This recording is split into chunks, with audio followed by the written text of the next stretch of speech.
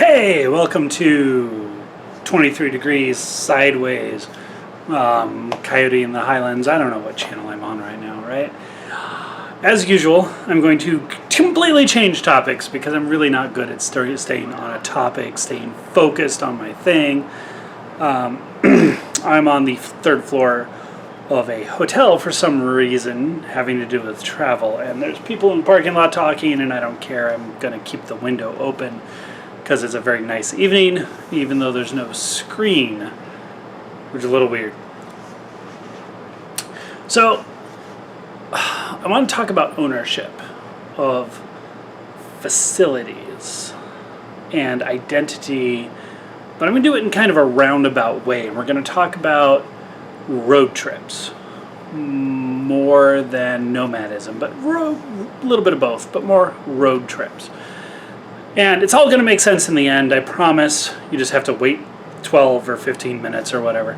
So I do a lot of road trips. I've always done a lot of road trips, and I didn't know that people thought it was weird to sleep in your car in a parking lot of a truck stop until I was in my 30s. Like, I didn't know. It didn't occur to me.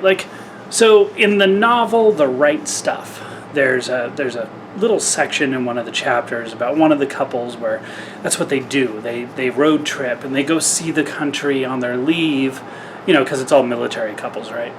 And they go by taking the car, and then they sleep in the car, and then they go do stuff. And they went with one of the other astronaut couples, and things just really didn't work out because they expected hotels, and they wanted to stay there for 12 hours, and 4 hours of driving, and it just didn't mesh, right?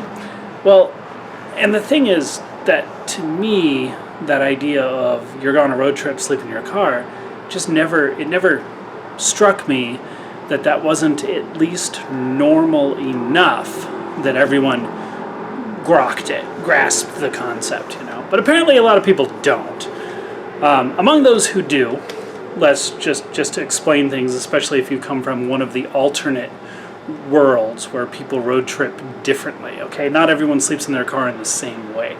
Some people have to have an RV with a built-in bathroom and an in-suite shower and everything, and some people can use a Toyota Corolla, and other people need a cot in the back of a pickup truck under a camper shell or a van or whatever. There's a whole spectrum of different things, and I've gone from a Pinto, which does not have reclining front seats, and let me tell you, those are pretty interesting to live in on a road trip. Ouch.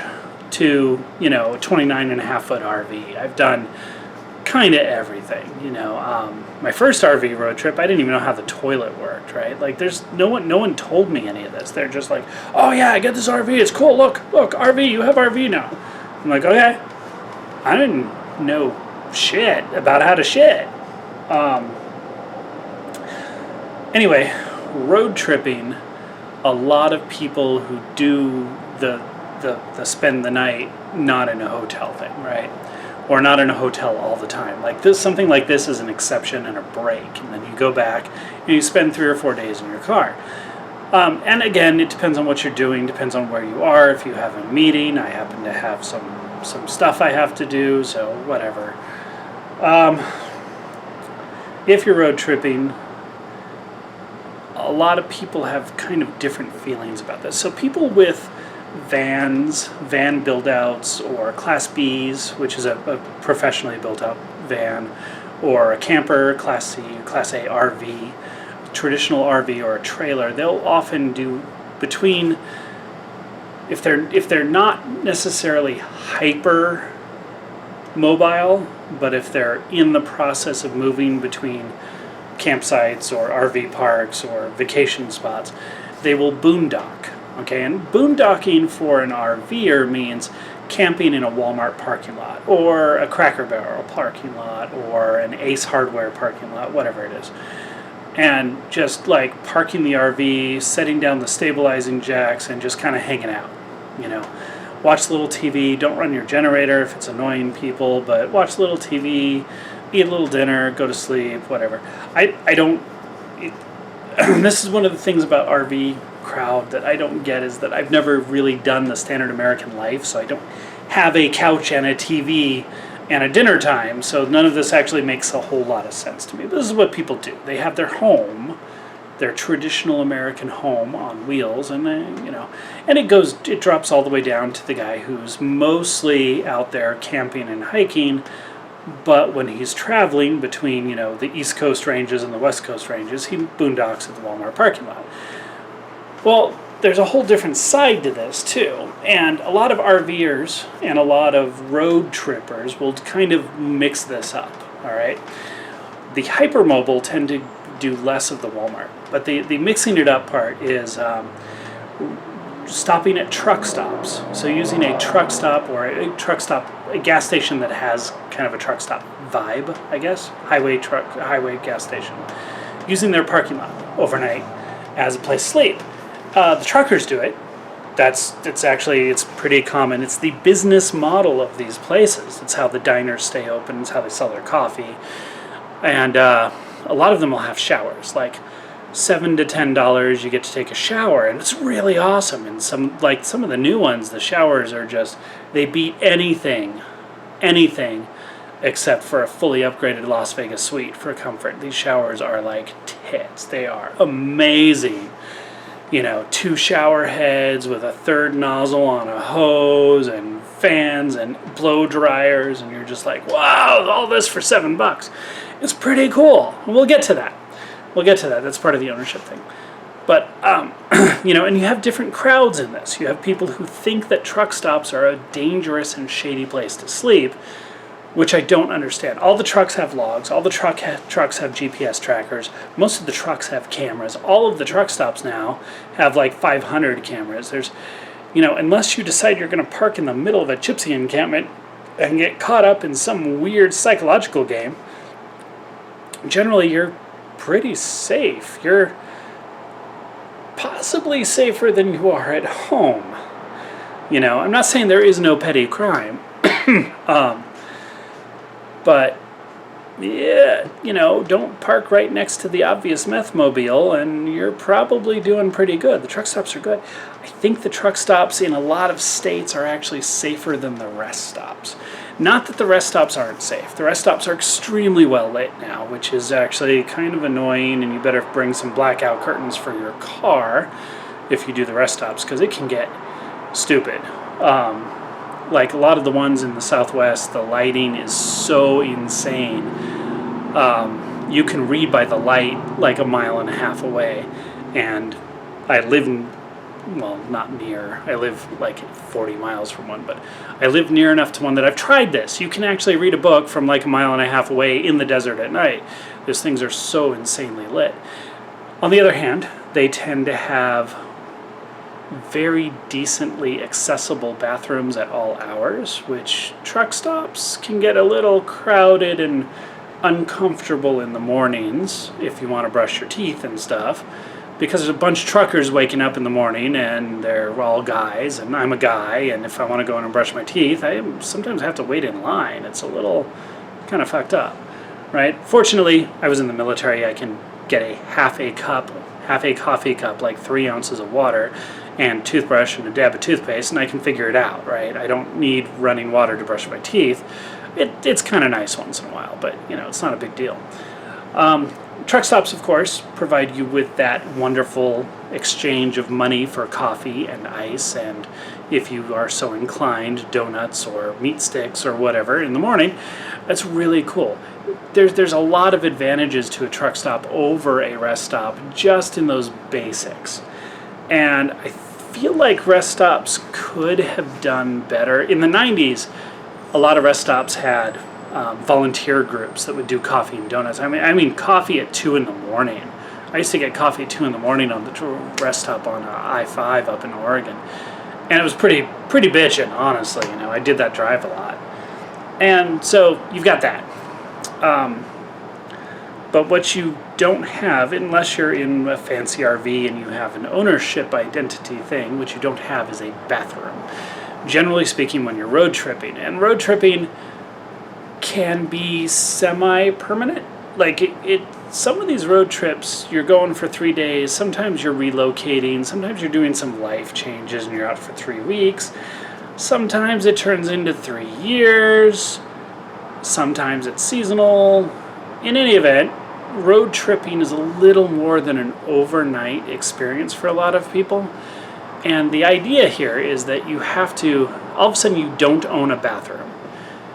And it really fucks with your head, right? Like, it really changes your viewpoint on things. Like, what do you need? What do you need? I need the contents of my bathroom bag, my shower bag.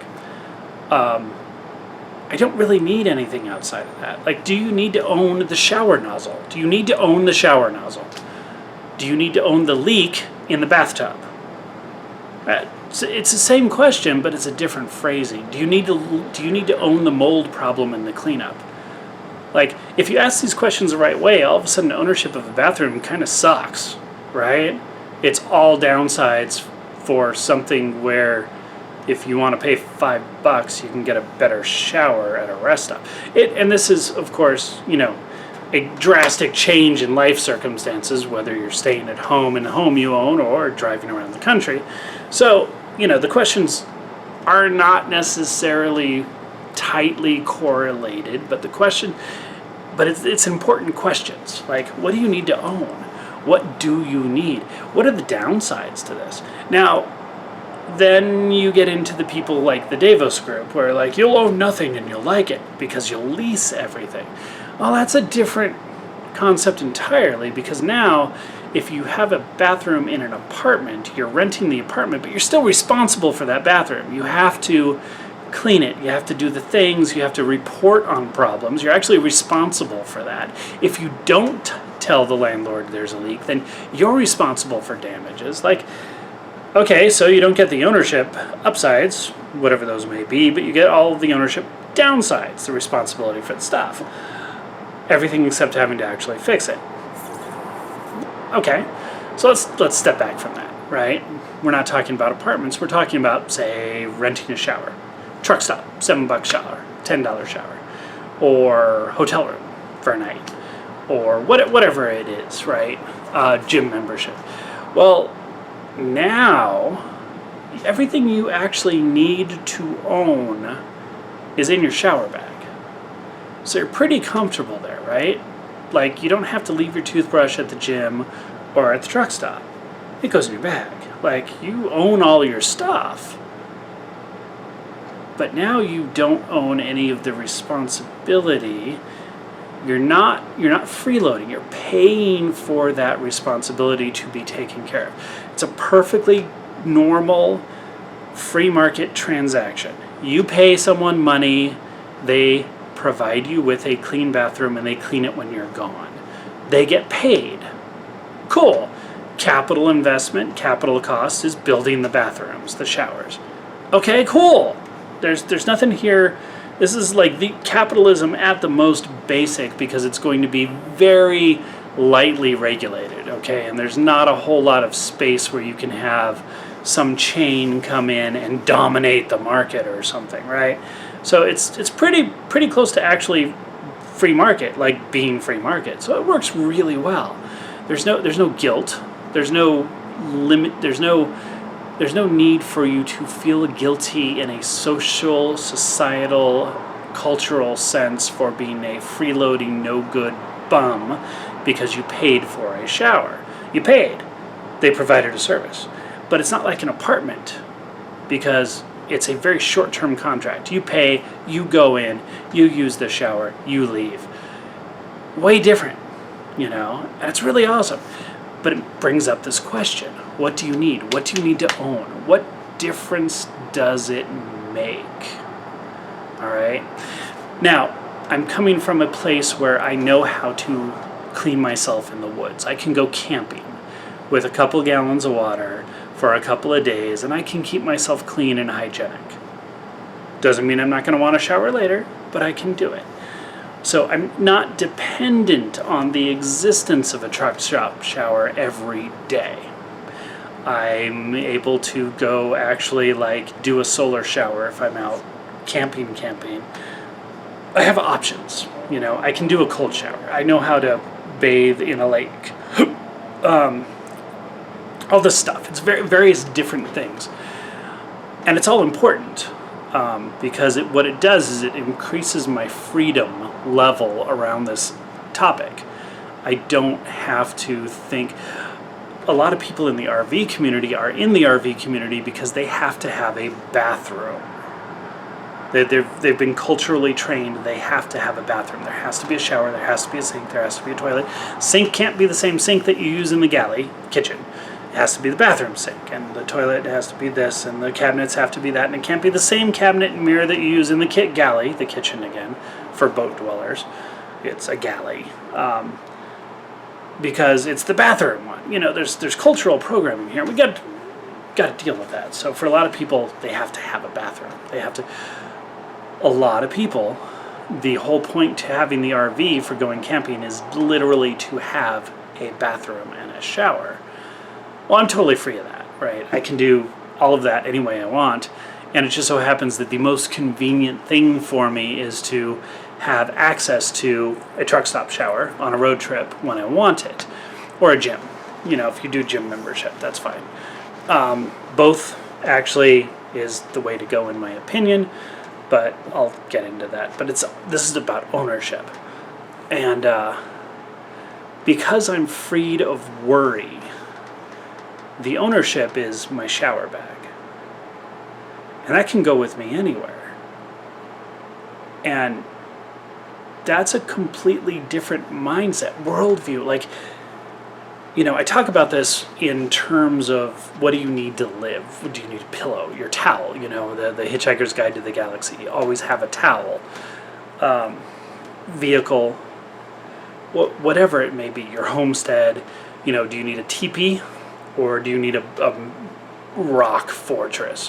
What do you need? It's a very big space to explore and to experiment in, and also to deprogram in, because I think that our particular Western culture, consumerist and all, has got a lot of people really wrapped up in stuff that doesn't do anything for them beneficially, psychologically, except make them dependent on others. So, yeah, I got a shower bag. How small can that shower bag be? It can be pretty small. I don't like to travel with a quart Ziploc bag as a shower bag, but I could do it. I like to have my own spare towel. It doesn't fit in a Ziploc bag. Stuff like that. I like to have a change of clothes in my shower bag. So shower bag is a shower bag, right?